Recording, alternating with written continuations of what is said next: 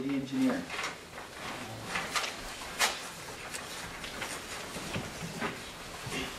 he's smiling. Hey, got a smile. Good evening. First up is the unpleasant task of talking about Old Town and Valley construction. I've given you a lot of information in my report as to what's happening as far as we know. Obviously, it's come to our attention there are mainly material suppliers that are not getting paid. As far as we know, it looks like subs have been paid. Looks like labor costs, because they're getting certified payrolls, have been paid. But it looks like the material suppliers are the ones that are on the short end. Anyway, a meeting was held last week, and we talked about ways to get the material suppliers paid. We do have 3 bonds on this project. We have a performance bond, which says that the contract will be done, the contract will do per the plans and specs and complete the job. So that's a performance bond. We do have what's called a material and payment bond.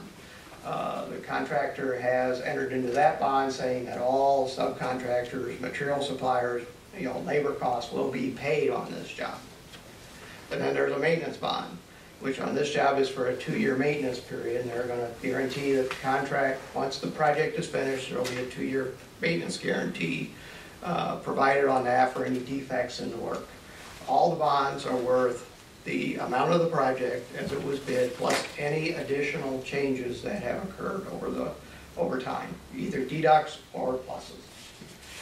It was pretty standard as far as the bonding was concerned.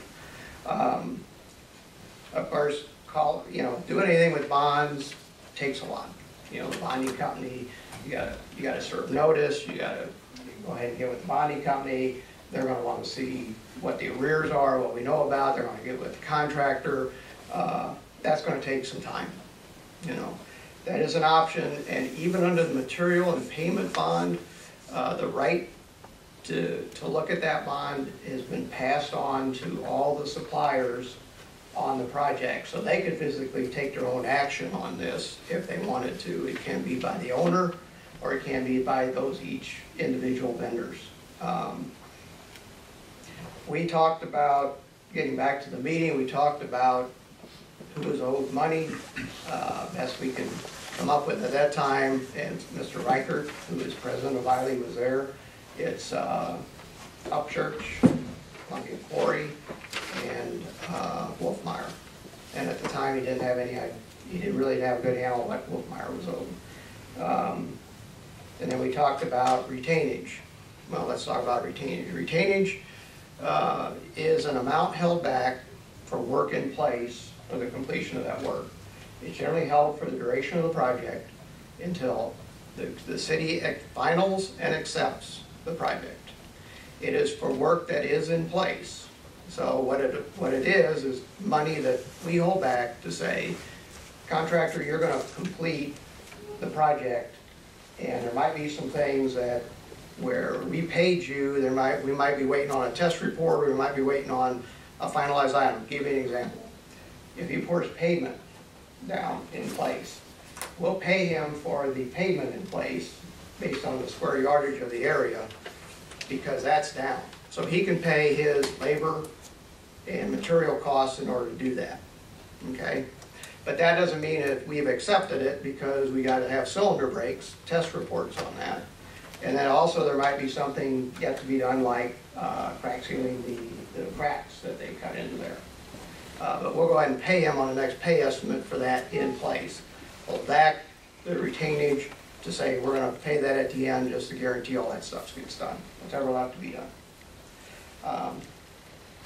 The discussion was, could we release the retainage, to the vendors. And another idea was floated about 2-party checks for any work yet to be done.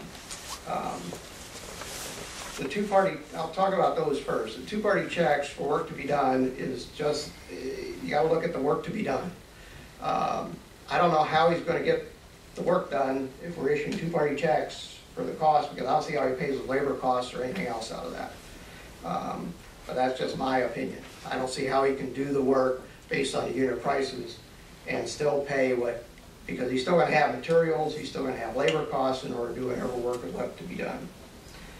Getting to the retainage, obviously we release that at the end of the project.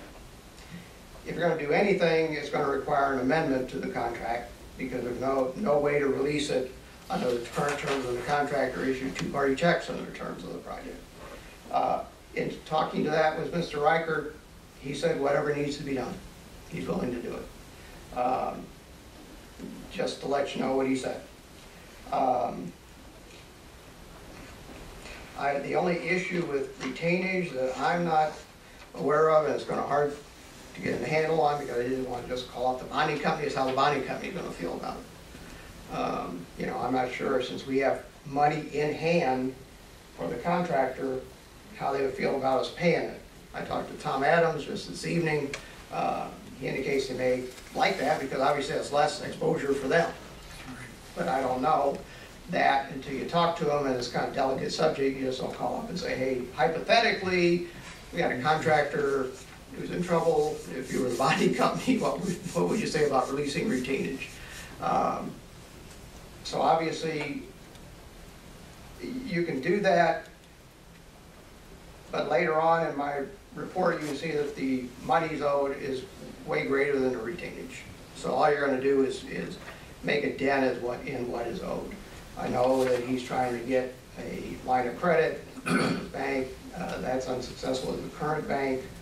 And anything that we want to do that's outside of the contract, he's going to have to agree to, which again, he said he was amenable to or acceptable to, because we have to do an amendment to the contract. We'd have to approve that at the next meeting if we're going to do anything of any sort of releasing any monies. And then we're going to have to issue the checks at the next meeting after that, if we do that. The only other item we discussed is obviously people are earning for money. They ask, well, if we put on the vouchers at the next meeting, if we're going to do anything, and then have the checks cut and, you know, they're ready for mailing or pickup.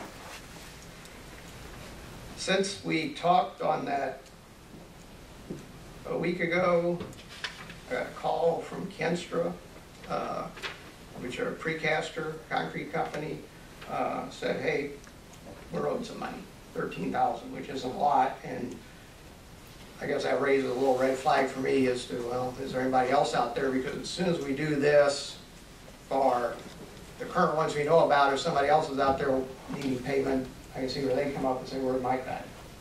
Now we can certainly go back to Mr. Reichert and say, you know, is there anybody else? And see what he says. And if you want to know, I think Kenstra, he just forgot about, very honestly. But could you say it again? I think Kenstra just forgot about, because he ordered, they took material from them toward in fall, and I think it was just one that obviously wasn't paying any bills anyway, and he just forgot about it. Personal opinion.